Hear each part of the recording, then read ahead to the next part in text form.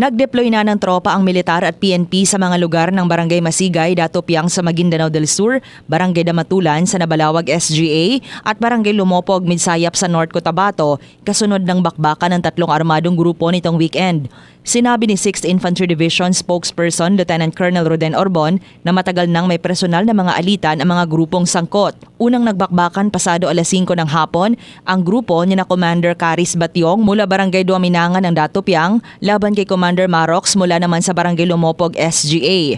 Alas 7 naman ng gabi nang magbakbakan din sina Commander Mosanip o Kanip mula Barangay Kalipapa, Dato Piang laban kay Commander Zucarno Tayuan na nakaposisyon naman sa Barangay Lumopog, Midsayap. 30 minuto ang lumipas, nagkaroon din ng palitan ng putok sa pagitan ni na Barangay Alonganin Dato Piang Chairman Commander Yaser Abunawas na nakaposisyon sa nasabing barangay laban sa grupo ni Commander Taning na nasa bandang Barangay Damatulan, Midsayap, North Cotabato.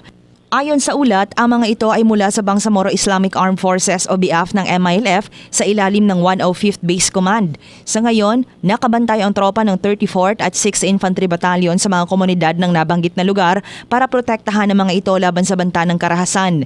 Sa hiwalay na panayam, sinabi naman ni Maguindanao del Sur PNP spokesperson Captain Giuseppe Tamayo na isang sibilyan ang tinamaan ng ligaw na bala at patuloy pang nagpapagaling sa isang ospital. Samantala, nakipagdialogo na rin ang mga military commander sa lugar, sa leader ng mga armadong grupo maging sa mga barangay chairman ng tatlong barangay. Dahil dito, tatlong mga high-powered firearms na ang kanilang isinuko sa mga otoridad. Drema Kitayen, Bravo, NDBC, Bida, Balita.